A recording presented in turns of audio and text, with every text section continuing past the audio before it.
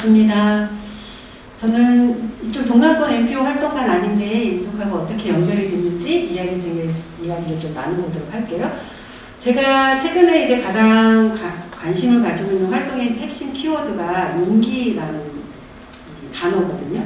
그래서 이 용기가 어떻게 나에게 활동에 용기를 낼 수 있게 했는지, 또 나와 연결된 다른 활동가들이 용기 내어 다시 도전할 수 있게 하는지, 이것과 관련된 이야기들을 기후위기와 먹거리 전환이라는 주제를 가지고 올해 활동을 해왔고, 먹거리 활동을 시작한 지 저는 한 20년 정도 된 것 같아요. 그래서 개인적인 활동으로 이제 쭉 하다가 이제 지역으로 내려가서 좀 조직 안에서 하고, 그다음에 이 활동가들을 좀 연결시키는 이런 연결들을 어떻게 하는 것이 좋을지 이런 것에 대한 고민들이 많아가지고 그런 것들을 좀 중심으로 오늘 올 한 해 그동안 해왔던 활동들을 제가 쭉 소개해드리고자 합니다.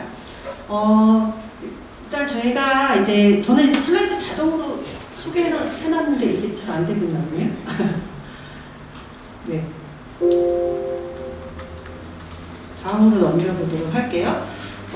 저는 이제 요즘 제가 최근에 이제 광주에 내려가서 이 자연식물식이라는 강좌를 하면서 진행됐던 모습인데요.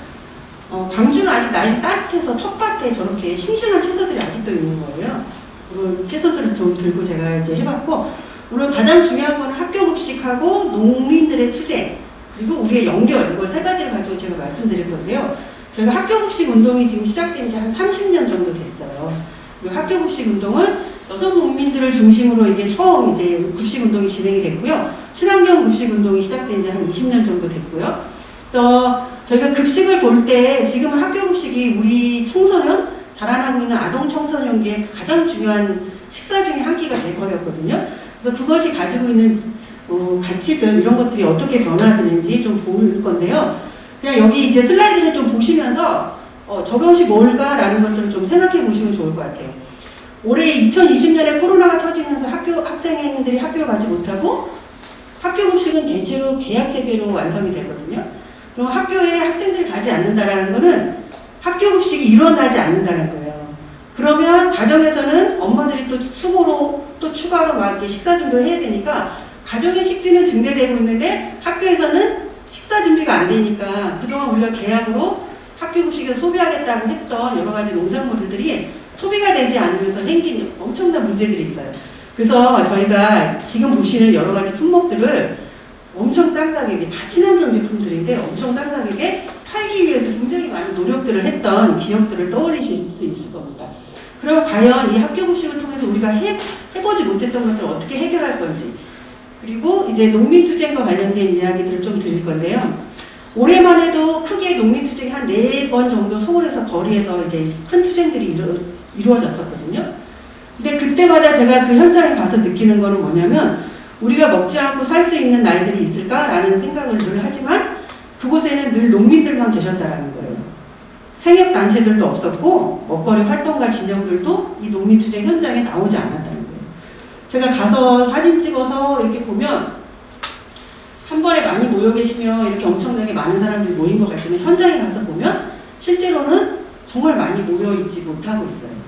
그래서 이런 것들을 보면서 이 농민들이 이거는 최근에 이제 12월에 여의도에서 이제 벌어졌던 농민투쟁인데, 이날도 제가 여의도에서 내려서 이곳을 찾아가는데 그 주변이 너무 평화로운 거예요. 그것을 보면서 제가 마음에 평화가 오는 것이 아니라 분노가 막 일어나더라고요. 어떻게 여의도가 이렇게 평화로울 수가 있지? 오늘 이 수많은 사람들이 이곳에 와서 자신들의 권리와 우리의 살 길을 이야기하기 위해서 나타났는데, 그런 생각들을 한번 해봤고요. 그리고 나서 마지막이 제가 이제 말씀드리고 싶은 것은 연결입니다. 제가 이 동남권 NPO 센터를 중심으로 이곳에도 먹거리 진영에 계신 활동가분들이 함께 모여 연결되었으면 좋겠다라는 제안을 이제 여기 센터장님을 통해서 드렸고, 그래서 그것을 통해서 저희가 총 2번의 모임을 가졌어요.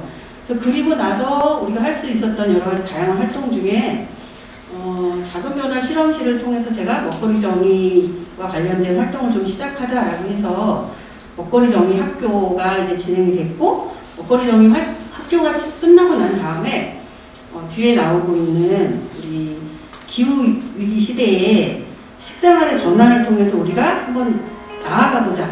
그래서 이런 이제 기후미식 밥상 프로젝트를 진행을 했어요. 그래서 가장 중요한 건 제가 이제 맨 마지막 슬라이드가 네.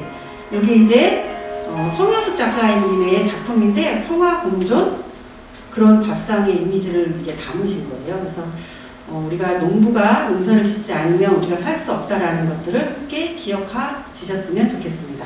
고맙습니다.